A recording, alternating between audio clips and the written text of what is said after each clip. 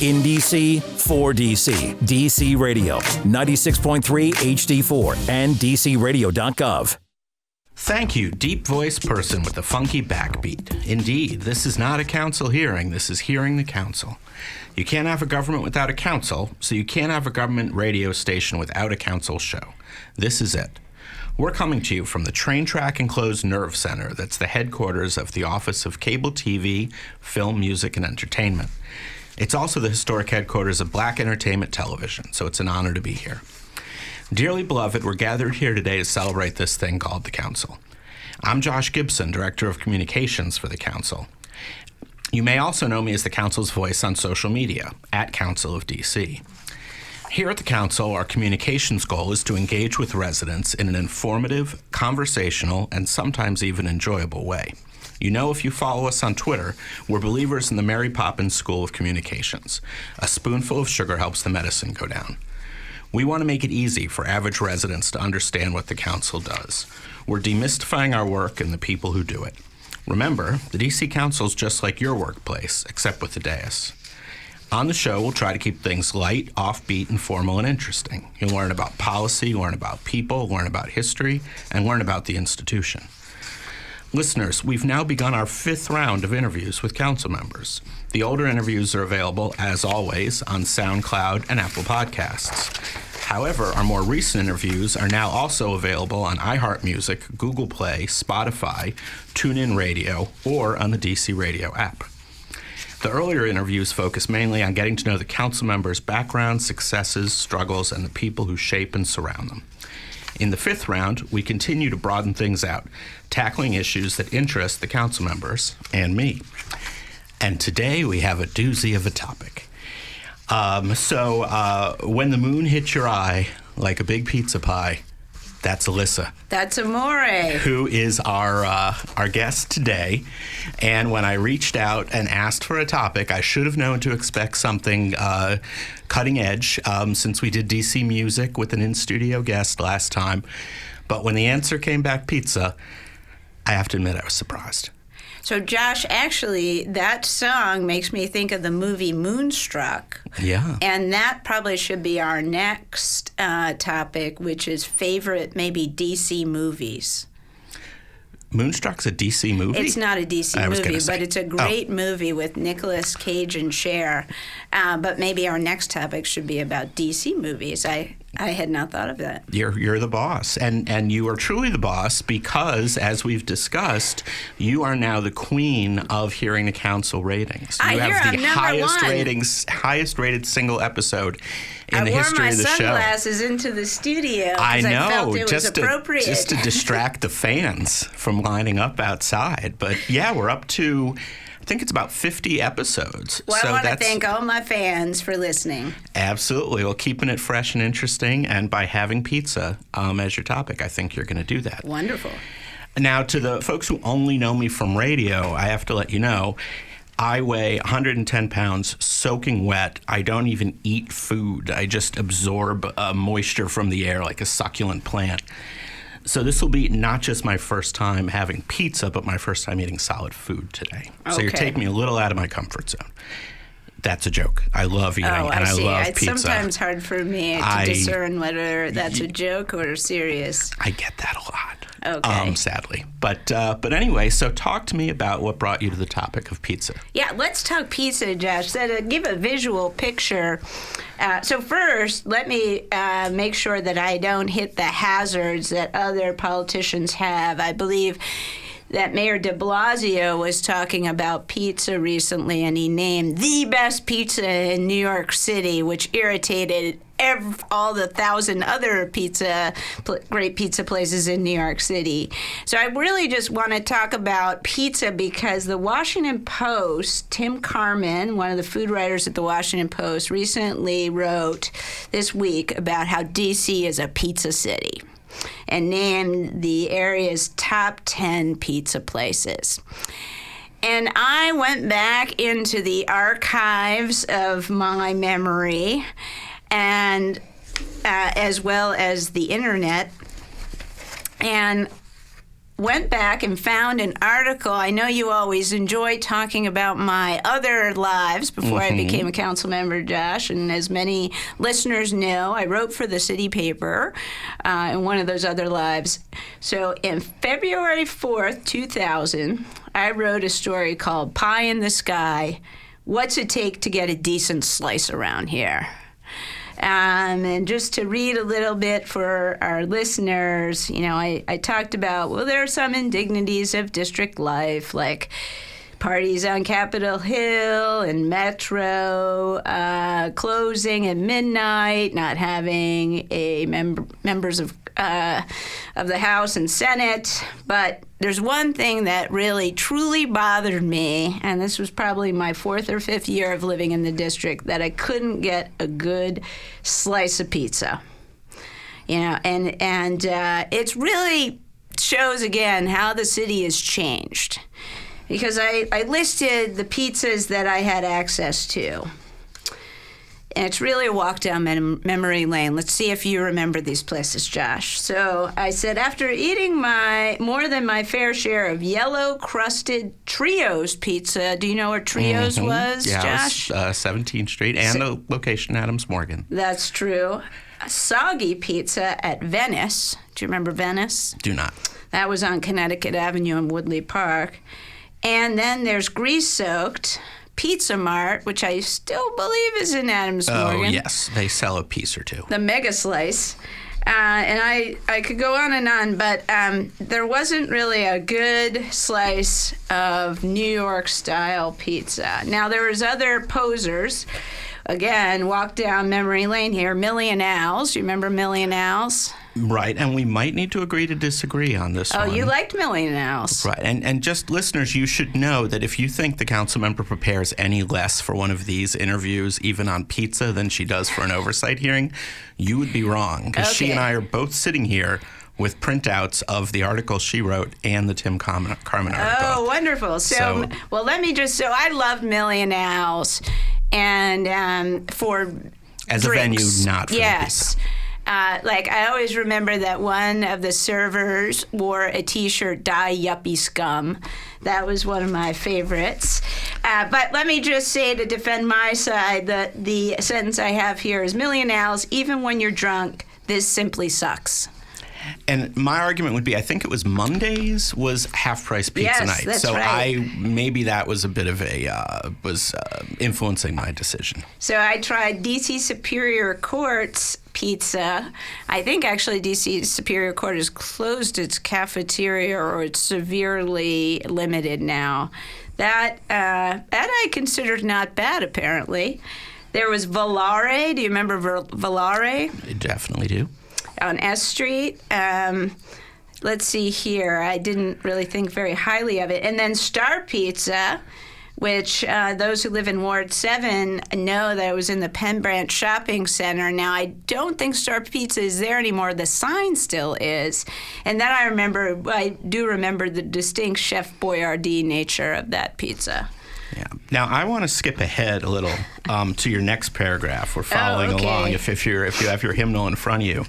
The next paragraph, I would like you to read the entirety of that paragraph aloud, starting with I've never, because I just think it'll make for good audio. I've never really had pillow-clutching, deep REM sleep about it, but I do admit to the occasional daydream right before lunch. The sunburn-like brown skin that you can puncture with a flick of the fingers, the distinct snap of the crust when you fold it in half, the slightly orangey yellow small faucet-like drip, and now we actually have some audio here. I got a slice right here. The slightly orangey yellow small faucet leak drip of grease that colors the fingernails you now wish you had trimmed the day before. Oh, and the bubble, that beautiful wart somewhere near the crust. That's the slice I lust after. You're welcome, listeners. You'll have that audio forever now. Now, So how do you think things have changed? And also, because we're big into disclaimers these days at the council, did you and Tim Carman overlap at your time at the city paper? No, we did not. Okay, so there's no... I was, oh my gosh. So he's not technically a former colleague? No, he is not a former colleague of mine. Okay, just wanted, disclosures are key, so I wanted to get that out there. But there is no disclosure, so we're good. So what was your take on Tim's article in yesterday's paper? Okay. So, well, first of all, we had to eliminate three of the 10 because they're in places like Darnestown and Kensington. Yeah, so they're non-DC. So one was pre-retrocession DC, which is a slightly different category, but still has to be excluded. Yes. As the historian at the table, I will give you that one. So there are 7 contenders here. So only one, though, is sells by the slice, and that's Vace. Mm-hmm. Now let's talk about, I have a lot of love for Vace in Ward 3 on Connecticut Avenue. But Vace has a very interesting take on the pizza slice. And I have a theory about Vace. So Vace puts the sauce, as you probably know, above the cheese. Right, as one would do in a Chicago-style pizza. Well, we'll talk about that soon, because then there's this Detroit pizza that we need to chat about. But so Vace tastes great when you're there. It's delicious. When you put it in a box, though, I wonder whether the insulation of the cheese, by putting the cheese underneath the sauce, it impacts whether it cools quicker. Because, the cheese insulates the pizza a little bit more. It's like a pizza quilt. Perhaps. That keeps the heat under. Yes, okay. Yes, that's a very nice imagery. Thank you. So Vace is, I would say, the most old school, and I believe it was mentioned in my 2000 article. So you got to give super big points for Vace for being a long-standing good pizza institution in the city. Definitely. And reasonably priced. That's important to me. And their frozen pastas are also lovely. Very good. Casa de Pasta, I believe. Maybe. Yes. Okay. It's like dueling banjos of obscure foodie knowledge. Oh, well, I love reasonably priced food in our city. There's more of it recently, but Vace has been a long-standing good place. And I have to say, I hate to. A lot of the council members, when they're on, will not want to name a favorite business because they, like you said, right. Like it's with de Blasio, but don't want to. There's a lot of good places. But I will take that risk in terms of I work for all the council members, and so I shouldn't favor any of the council members over the others. But Councilmember Silverman, whenever she has to provide food at community events or staff events, always provides the good stuff. There's bullfrog bagels at breakfasts. There's an event tomorrow I'm trying to figure out if I can sneak my way into that has Ted's Bulletin Donut Holes and Compass Coffee. Ted's Bulletin Donut Holes, which is... And that's the mark of a foodie, is you don't Ward just 6 want to bring Ward in 2. Lender's generic bagels. And food is the way to the heart and the way to good policy, Josh. So that's I'm right why there with you. that's why I do think that, actually. I value good... well-made, tasty, and reasonably priced food. I am always on the hunt for great places. Actually, one of the pizza places that I have not tried, and it's truly because I'm not hungry, and when I am in that area, is Mama's Pizza in Ward 8 on MLK Avenue. I've been told is very good sliced pizza, but I'm either there early in the morning or I've already had dinner. So Mama's is on my list of places to go. Gotcha. So you mentioned earlier you were, and it sounded like it was a complicated issue. You were going to talk about Detroit pizza, which is new to me, right, and to the district, and apparently to people who lived in Detroit. So this has been a trend that we have several what is called Detroit Pizza Places. The one that Tim Carman highlights here is Red Light Bar in Ward 2, 14th and R. My understanding of Detroit pizza is that it's sort of like a Sicilian slice. And when I grew up in Baltimore, we would call it a Sicilian slice. So this is somewhat thick crust, rectangular, so made in a tray. But I guess what Tim says, according to Chef Naomi Gallego, is to use Wisconsin brick cheese. She says that's the key to the Detroit pizza. Yeah, it's focaccia-like. So I would say that is focaccia. I'm not sure that it's pizza, but I haven't tried it, and I am very open-minded. Always interested in new experiences, so I certainly look forward to trying the pepperoni pizza at Red Light Bar. And I will say what jumped out at me in that one too was they talk about Tim talks about the Wisconsin brick cheese, and says, quote, which releases oil as it cooks. That oil in turn finds its way to the edges of the pan, putting a crispy edge on the focaccia-like pizza. The crackle is vital. And I will say that got my mouth watering. I was reading this prior to lunch. And I also should point out, speaking of disclosures, that Tim Carman has been in my home. Oh, okay. It was a long time ago, but I don't think we can keep recording. But if I was holding you to that standard, it occurred to me a little later that I should point that out. So I'll point out that we have a number of wards represented in Tim's story. We certainly have represented. We just mentioned Ward 2. There's 2 Amy's. In Ward 3, we have Timber, which is really excellent, in Ward 4. And then there is Della Barba, which I have not tried yet, at Union Kitchen in Ward 5. Or, I'm sorry, maybe it's Stellina. And Stellina. So Ward 5's coming in with 2 places. But what I noticed, Ward 3, there are 2 places just in Cleveland Park.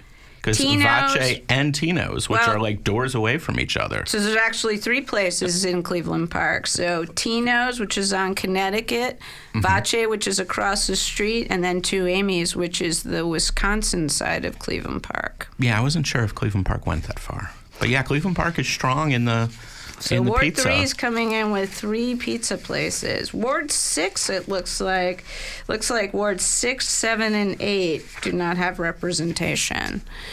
And there's good pizza in Ward 6.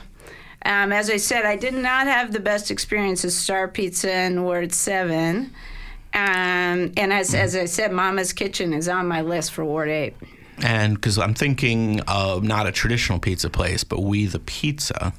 In Ward 6. Now there you go, Josh. That's what I want to mention. So, my issue. So I look forward to trying the places that I haven't been to in Tim's article, but I really am interested in the slice pizza, and I am a fan of Spike Mendelssohn's We the Pizza. On Pennsylvania Avenue and Ward 6, because sometimes what's great about it is, say you're going with somebody and you want pizza, but despite everyone thinking that I'm a vegetarian, I'm not really sure why. I am a voracious meat eater, though conscious of the carbon footprint and the impact of energy consumption of meat. But I do enjoy a pepperoni slice, which I just did prior to the broadcast. But say you're dining with somebody who's a vegetarian, well, that gives you the ability to have a slice. They can have their slice of veggie pizza. I'm usually a pizza minimalist, though I have to say, so I did, I should let listeners know, we brought in some Wise Guy pizza. Now, Wise Guy is in various locations. They have a Ward 6 location. They're at 3rd and H, which I think would be in Ward 2, if I'm not mistaken. They're also in GW, and then we don't really care that they're in Roslyn for this broadcast. We do not.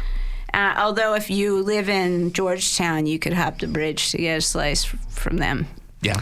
But, I agree with you. There's some great slices in Ward 6. We the Pizza being one of them. Do we think that our pizza status, recently improved but long struggling, has anything to do with the fact that D.C., to the best of my knowledge, is not a hub of Italian immigration?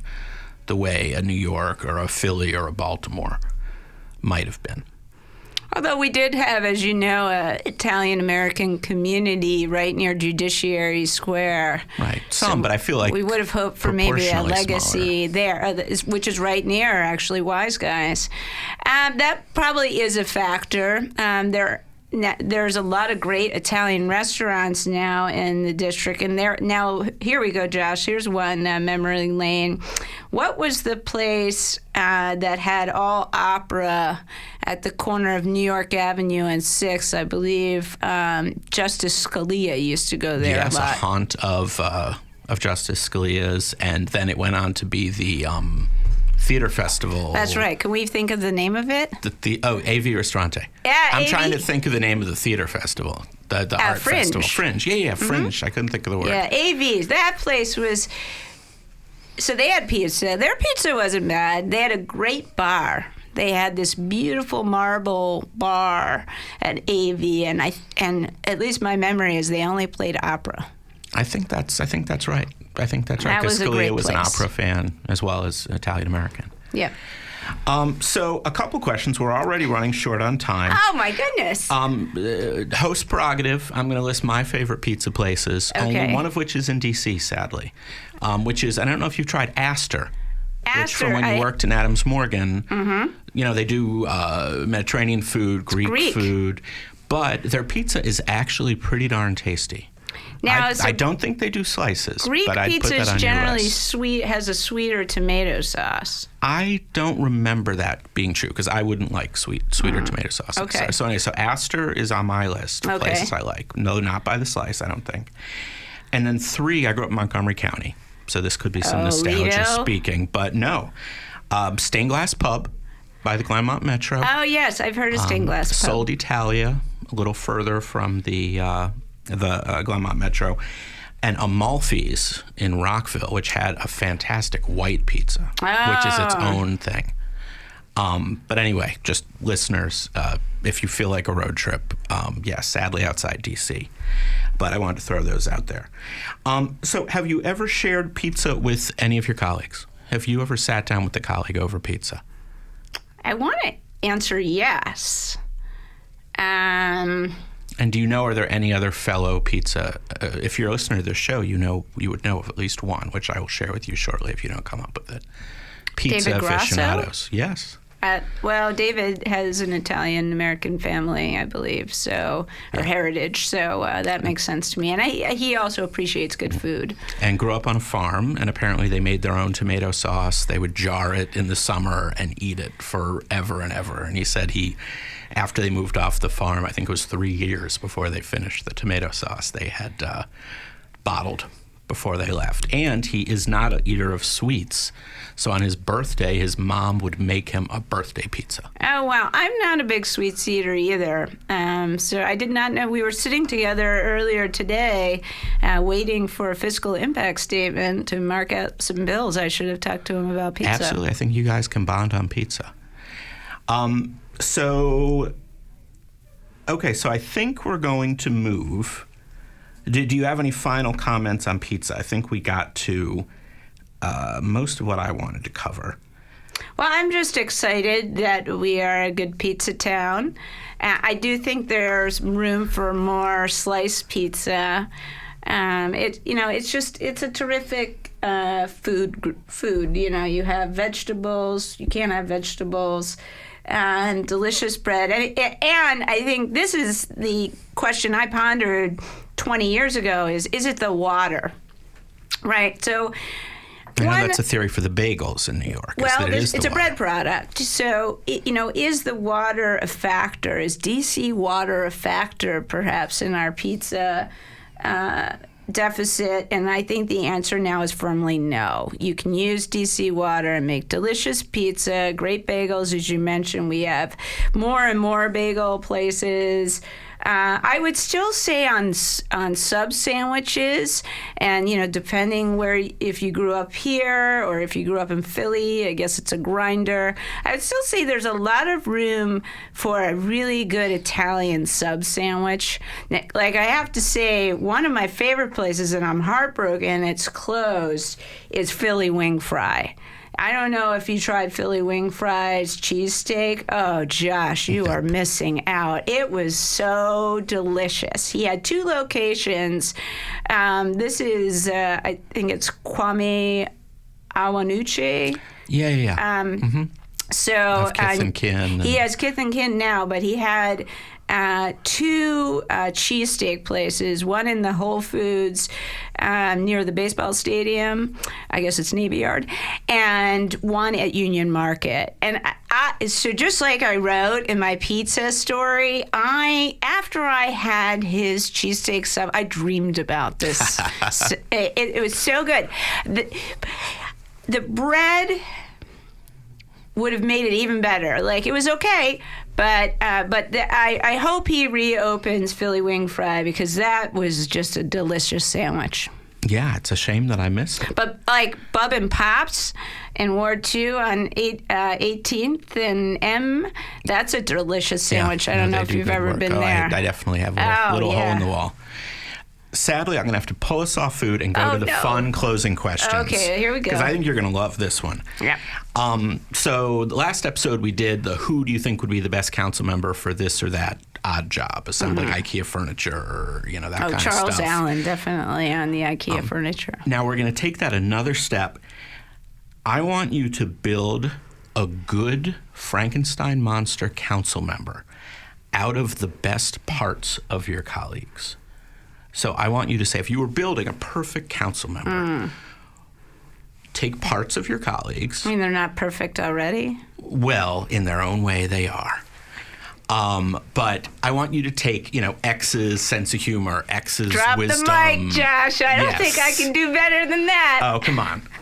You're someone who actually will answer this question without being afraid you're going to hurt anyone's feelings by well, I'm going to emphasize the many strengths of my colleagues.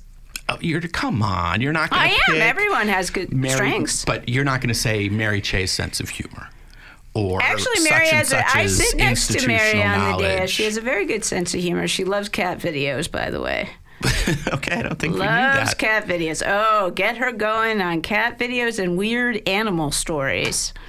Okay. Yes. See, there's a lot that you don't know about the council. True. It's many more episodes. But you're really leaving me hanging on someone's institutional knowledge, someone's honesty, someone's... I think there are many strengths. And you can do former council members as well, if that helps. Oh, well, that would really be wide-ranging here. Well, let's see. As I sit next to Councilmember Che, certainly her knowledge of the Constitution. She always thinks I'm making fun of her because I'll say, like, okay, Professor Che. But actually, it's extremely helpful. We were just having a discussion about the False Claims Act and key TAM lawsuits, not something that's generally a part of dinner party conversation. And Councilmember Che was just able to explain it to me in very plain English what it was. Then Councilmember White sits on the other side of me, and I would say, well, he's a tea drinker. This would be Trayon Councilmember White. Trayon White. He's a tea drinker. I'm trying to think of something great. He does have a very good sense of humor, especially in text messages. He's very funny. And I don't know. You want to pick out a council member, and I'll tell you what I think is a strength. That sounds profoundly risky to me. And actually, we are running out of time. Councilmember Todd, terrific dresser. Yeah. Right. Always put together, coordinated. Councilmember Bonds, a lot of people don't know she was a chemist. I think was all but dissertation, and maybe got her PhD from Berkeley. Yeah, she and Mayor Barry were our two scientists in terms of academic training.